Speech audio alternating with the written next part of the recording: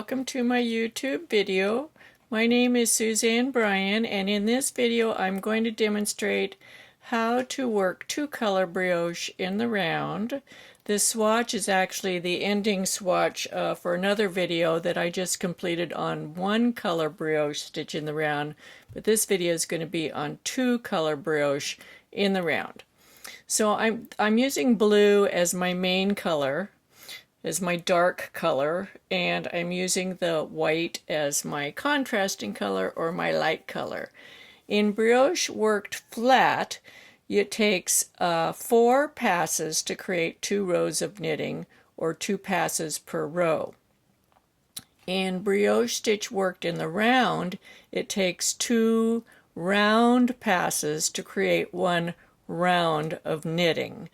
And we're going to use the knits will always be in the blue, the brioche purls will be in the white.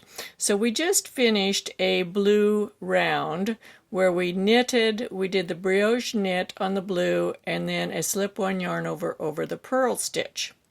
Brioche knit over the knit. So we're going to, this is our contrast color row, so we're going to start and we're going to do a slip-one yarn over and purl, brioche purl, slip 1 yarn over, brioche purl, slip 1 yarn over, brioche purl, and I'm going to do this all the way around to the end of the round. The biggest areas in two-color brioche worked in the round is the change of round, and that's what you're going to want to see. So I'll meet you back around here in just a second.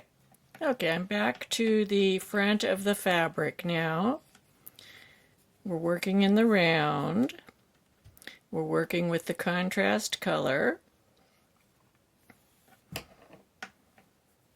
So this is going to be a slip-one yarn over because it's a knit column. A brioche purl, slip-one yarn over, brioche purl, slip-one yarn over, brioche purl, slip-one yarn over, brioche purl. Now, we can see there's no yarn over here. Our yarn came to the front accidentally. So we need to take the dark color, or the blue, to the back. We need to make sure that it's to the back when we work the purl. A good thing to remember is that the white yarn will always hang to the front when we're done with it. Whoops, we made a mistake here. And the blue yarn or dark will always hang to the back at the end of the row. So we're at the end of the white row, so we bring the yarn to the front because it's purling, right? So that's how we're going to remember. Now we're going to slip the marker, and I'll do this several times and you'll get it. And we're ready to do a bark row, the knitting row, right? So we're going to knit these together and then a slip-one yarn over, bark, slip-one yarn over, bark, slip-one yarn over, etc. I'll work across the back and see you on the other side of this needle in just a second. Okay, we're back to this needle again, and we're doing our bark.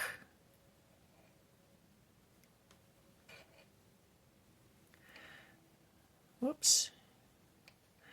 Slip 1 yarn over, bark. I'll do some of this in throwing as well in a second.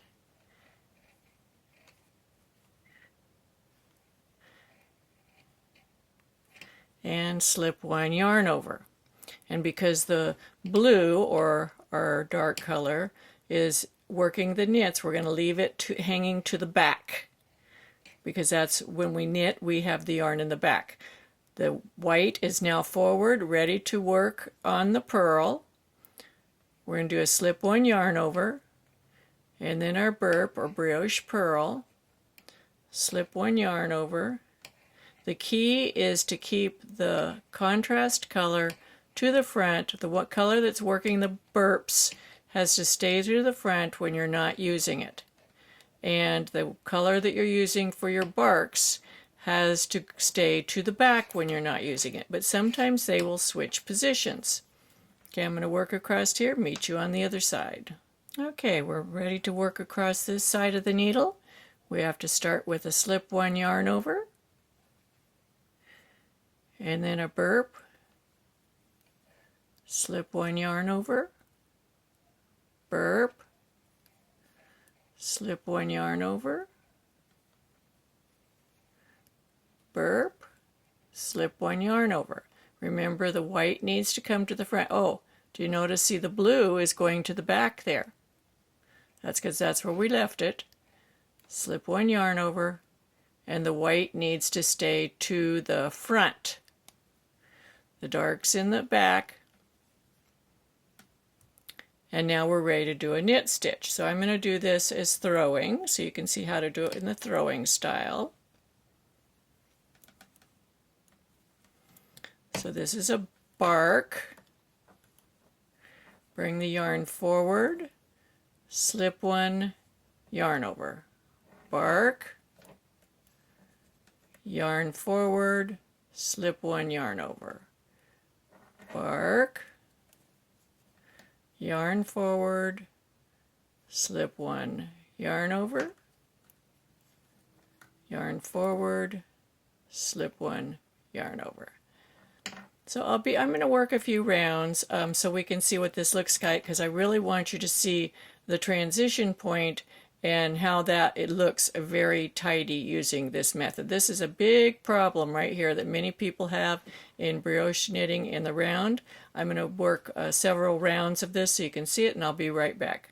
Okay, so I've worked a couple more rounds, and we're going to come up on that change of color area in the middle of this needle in a second, and we'll take a close look and see what's happening. So we're doing the brioche pearls, so that means when we finish this yarn, it's going to hang to the front. We're going to do our last brioche pearl.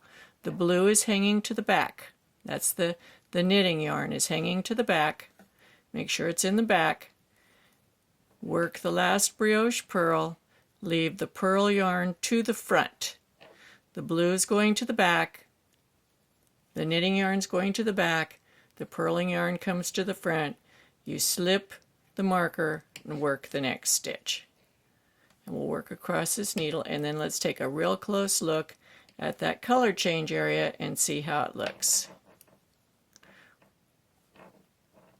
I have other videos on brioche knitting. I'll put links to them. There's a single color brioche in the round. I also have lots of brioche videos on fixing mistakes. Let's move that yarn out of the way. Okay, here, let's look at this area real close. Here's the normal between stitches. This is where we've been transitioning the color. Here is the color change between this stitch and this stitch, and it looks absolutely perfect. Do you see that? Let's look at the other side. It looks just as good. There's no evidence of color change. There's no wonky stitches. So it's super easy. The yarn that you're using to do the brioche pearls always lays to the front when you're done with it, and the yarn that's using for the brioche knits always lays to the back when you're done with it, and you'll get this wonderful smooth transition here.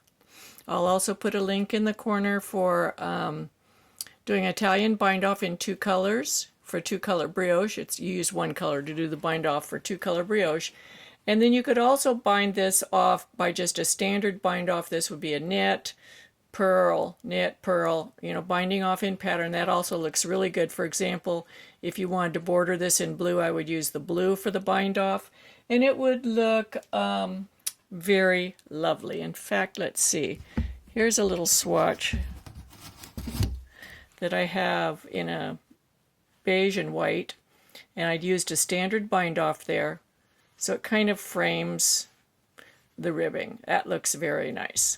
If you enjoy my YouTube videos, be sure to subscribe to my channel. If you're a subscriber, you get notifications when I make new videos. All of my videos are educational. I like to finesse my knitting and make it look absolutely lovely. So my videos are always about finessing your knitting.